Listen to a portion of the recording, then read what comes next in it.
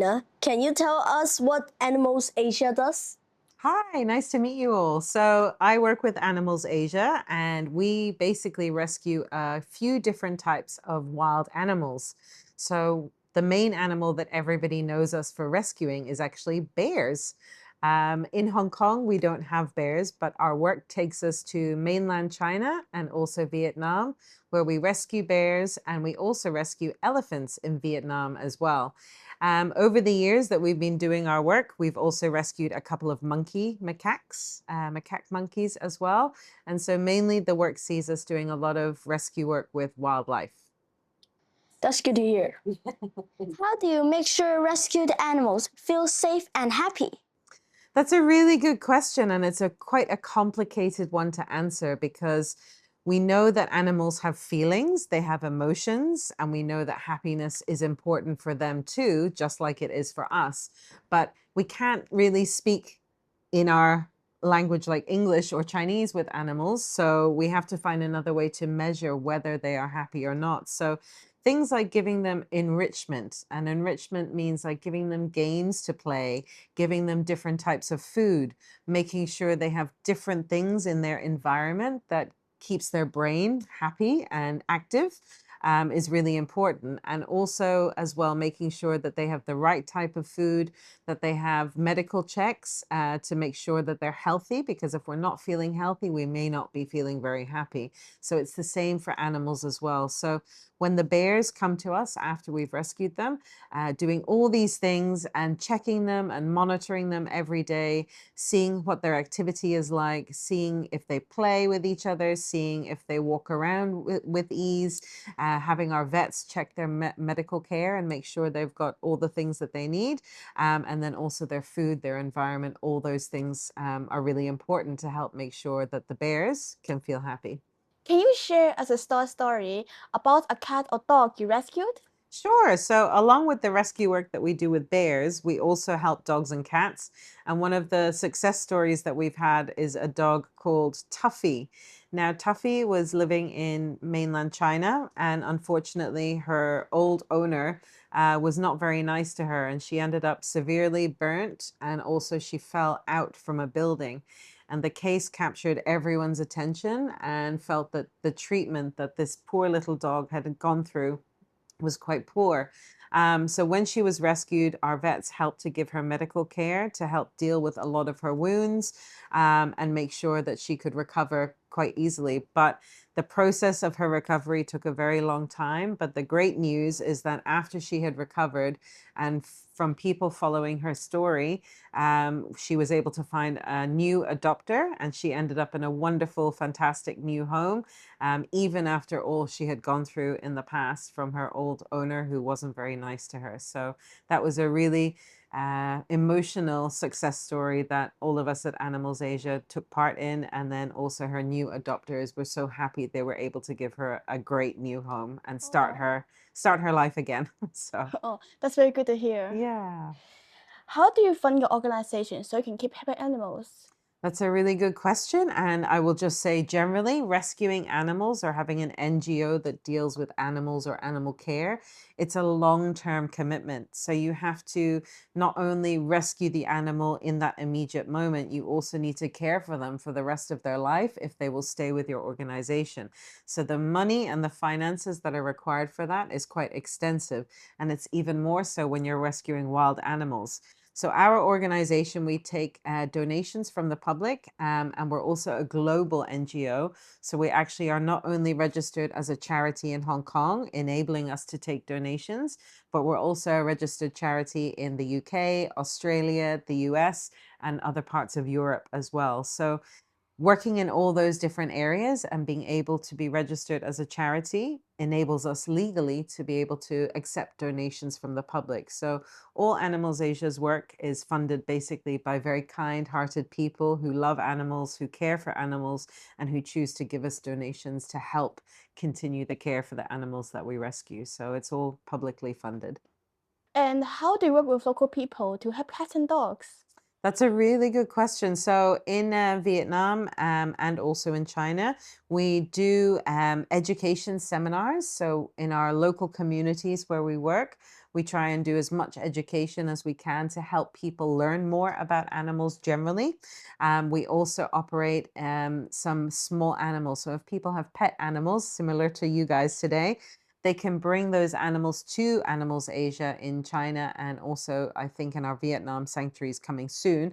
And they can have the body check and health check and get things like vaccinations and advice to help keep those pet animals healthy. So we support the community pets. We educate the community on animal issues, animal care, animal safety, animal health. And then we also do something called TNR, which is trap, neuter, and return. That was the old phrase for it. Now it's called TNVR because we've also added the vaccination element into animal care. And what it means is that our vets and our staff will go into the community and see if there's a need for catching stray animals, desexing them, giving them a small surgery so that they can no longer have more babies, so no more puppies and kittens. And that helps to humanely manage the population of stray animals in the areas where we work. Because unfortunately, when we have stray animals, there's not enough homes for all of them. And sometimes some of them are unsuitable for rehoming. So the best thing that we can do to help them and help the community is to make sure that we don't have more and more and more unwanted stray animals. So yeah, basically with TNVR, once we've trapped the animals, we've neutered them and desexed them, not allowing them to have more babies. After that, we vaccinate them, which is the V, and then we release them back into the community where they're monitored by some of the community members. And if anything happens with their health or there's any concerns, the community members can talk to Animals Asia about that. So controlling the stray population is really important. And the final thing that we do within communities is we offer community members jobs with Animals Asia. Usually when we do a lot of education work, people learn more and then they think that we're a good organization to work for. So sometimes there are opportunities for members of the communities where we are to come and work with us and help to care for the animals as well, which is really important to us at Animals Asia. We want to give the community members some opportunity to do different things to help us, but also help the bears and also help themselves as well. So yeah. What challenges do you face when rescuing animals? Oh, big question. So, the main challenge I would say doing the work that we do is the emotional part of the work. When you have animals that are in trouble or in bad situations or suffering from whatever their issue might be, it can be really emotional work. You just want to rescue that animal straight away and make their life better, but often it can take some time. So, the emotional part of rescuing animals is quite tough sometimes, and definitely with some cases more so than others. Also, as well, I would say the understanding within different people. We're all different. We all have different views about different topics and different things. And animals is one of those topics that people have many different opinions about.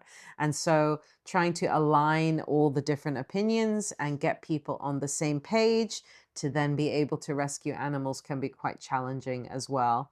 And I think just the time that it takes to do animal rescue can be quite tough as well. Obviously, there are some situations where the animal needs immediate and quick help, but there are other situations where the time to be able to rescue an animal can take a bit longer if you need to do discussions or negotiations or figure out how you're going to rescue that animal. For example, in the case of the bears, once we learn about a bear that needs rescue, unless the bear's health is critically in immediate danger and the bear is very, very sick, then we will go straight away. But usually, a bear rescue takes about 2 weeks at least of planning to make sure that everything can be safe, everything can be done properly, everything can be done keeping the staff and also the bear as safe as possible. But it can take some time. So, the emotional part, I think the time that it takes as well, and just getting all the different views about animals aligned, I would say those are probably three of the more challenging parts of animal rescue. What is your dream for the future welfare of the animals? I think definitely more understanding towards animals, more understanding that they have feelings, they have emotions, just like we do, and more understanding within communities across the world that how we behave with animals has a big impact on their lives. So the choices that we make, the activities that we choose to do, the where we source our pets from, if we're thinking about getting a pet, adoption is the best choice that you can make. We have so many animals who need homes, and so giving them that chance through adoption is a really good way to start helping animals. And just overall treating animals with kindness. We as humans like to be treated kindly, and the same should be afforded to animals as well. All of them have the right to be in our planet and share the globe with us.